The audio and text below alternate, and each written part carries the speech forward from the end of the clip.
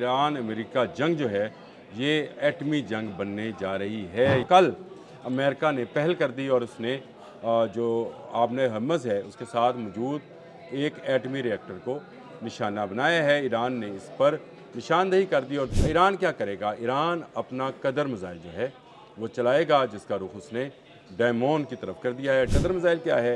ये एक ballistic missile है जो कि मार्क 10 की स्पीड के साथ यानी आवाज़ से 10 गुना रफ्तार के साथ चलता है।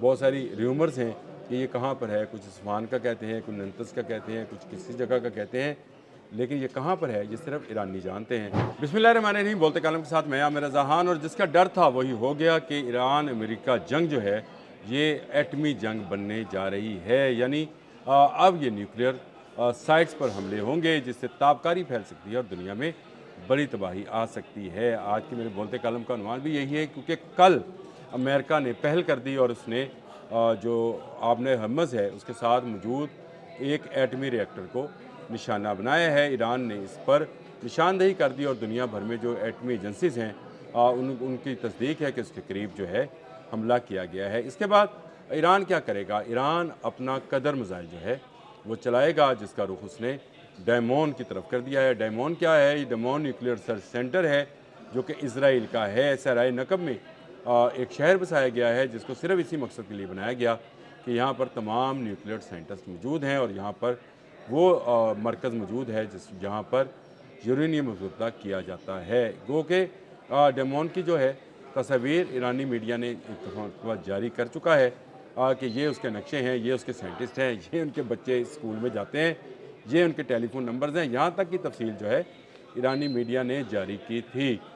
लेकिन इस जंग में अभी तक मिसाइल बैटरीज़ को, इंटरसेप्टर्स को, बहरी जहाज़ों को, हत्ता के जो फ़ौजी अड्डे हैं और आयल डिपोज़ हैं उनको निशाना बनाया गया है। लेकिन किसी ने भी ये जुर्रत नहीं की कि किसी की न्यूक्लियर साइट पर हमला किया जाए, क्योंकि ये न्यूक्लियर साइट पर हमला जो है ये एक बड़ी एटमी जंग के पेश हो सकता है, जिसका इजहार प्यूटन ने भी अपनी स्पीच में किया था और उसने कहा था कि अगर ये एटमी जंग हुई तो ये आखिरी जंग होगी, क्योंकि उसके बाद दुनिया में कुछ नहीं बचेगा। और इस धमकी के बाद अमेरिका आज के दिन तक या कह ले कल के दिन तक अवॉइड कर रहा था कि किसी न्यूक्लियर साइट को जो है वो निशाना ना बनाए। और अगर ईरान ने ये कहा भी कि उनके नंतज़ में मौजूद न्यूक्लियर साइट को निशाना बनाया गया, तो अमेरिका ने फौरी तौर पर इसकी तरदीद की कि हमने उसको निशाना नहीं बनाया, क्योंकि इसके नतीजे में जो ताबकारी फैलेगी वो किसी एक मुल्क तक महदूद नहीं रहेगी। बहुत सारे मुल्क उसकी लपेट में आ सकते हैं। आपने हर्मज़ में क्योंकि अमेरिका को ज़्यादा बेचैनी है और ज़्यादा जल्दी है कि किसी तरीके से आपने हर्मज़ खुले, इसलिए दुनिया भर की मिन्नत समाजत के बाद अब डोनाल्ड ट्रंप जो हैं ये कह रहे हैं कि वो अमेरिका जो है अकेला ही इसको हैंडल करेगा। लेकिन कल उन्होंने एक और बड़ी गलती कर दी, और गलती ये थी कि उन्होंने एक न्यूक्लियर साइट के करीब मिसाइल गिराया, जिस पर ईरान को अब बहाना मिल गया है कि उसके कदर मिसाइल जो हैं डिमोना सिटी की तरफ जो है वो कर दिए जाएँ और इस डिमोना न्यूक्लियर रिसर्च सेंटर की तरफ या डिमोन न्यूक्लियर साइट की तरफ जो है कदर मिसाइल गिराए जाएँ। अब कदर मिसाइल क्या है? ये एक बैलिस्टिक मिसाइल है जो कि मार्क 10 की स्पीड के साथ यानी आवाज़ से 10 गुना रफ्तार के साथ चलता है और ये मनूवरिंग कर सकता है। यानी अगर इसकी तरफ इंटरसेप्टर्स जो इसराइल जो है 3 इंटरसेप्टर्स जो यूज़ कर रहा है, थार्ड है, पेट्रियाट है और एरो है। एरो इसका अपना बनाया हुआ सिस्टम है, लेकिन ये इस काबिल नहीं है कि बैलिस्टिक मिसाइल को रोक सके। इन तीनों लेयर्स को चीरता हुआ कदर जो है वो अपने निशाने पर जाएगा। और इस वक्त डेमोना के ऊपर जो है मिसाइल जो है उन्होंने अपने रुख कर लिए हैं कि अब अगर गलती की तो गलती की गुंजाइश कोई नहीं, जंग जो है वो एटमी जंग हो जाएगी। और दोनों के न्यूक्लियर साइट्स पर अगर हमला होगा तो उसके बाद कोई रोक नहीं पाएगा, किसी को कुछ समझ नहीं आएगा कि कहाँ से बम चला, कहाँ जला गया और कहाँ मार गया। ये एक ख़तरनाक सूरत हाल है।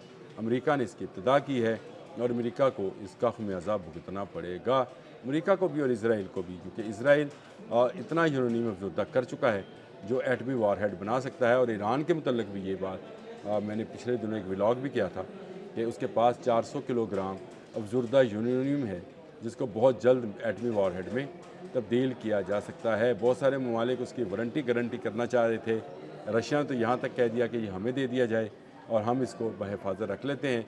जब ईरान को ज़रूरत होगी हम उसको वापस कर देंगे, लेकिन ईरान इस पर तैयार नहीं हुआ था।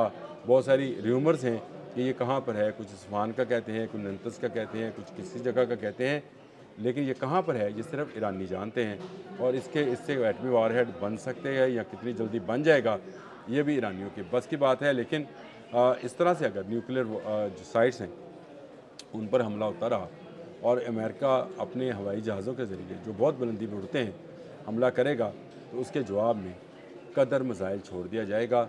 और कदर मिसाइल जो है मैंने आपको बताया कि ये मनूवरिंग की सलाहियत रखता है, और इतनी मनूवरिंग के इसको पकड़ना जो है इंतहाई मुश्किल है। अगर मार्क 10 की स्पीड से अगर एक मिसाइल आ रहा हो तो इसको पकड़ा नहीं जा सकता। ये 1000 किलोग्राम तक का वॉरहेड ले जा सकता है, इसके साथ साथ क्लस्टर बम भी ले जा सकता है। जी हाँ, अगर इसके वॉरहेड की जो उसको कहते हैं साइज़ है उसको कम किया जाए या उसका वज़न कम किया जाए, यानी 1000 से बजाय उसको 700 पे कर दिया जाए, तो 300 जो हैं फिर उसके साथ क्लस्टर बम्स जो हैं ये 300 किलोग्राम के क्लस्टर बम भी शामिल किए जा सकते हैं, जो एक बड़े इलाके को तबाही का निशान बना सकते हैं।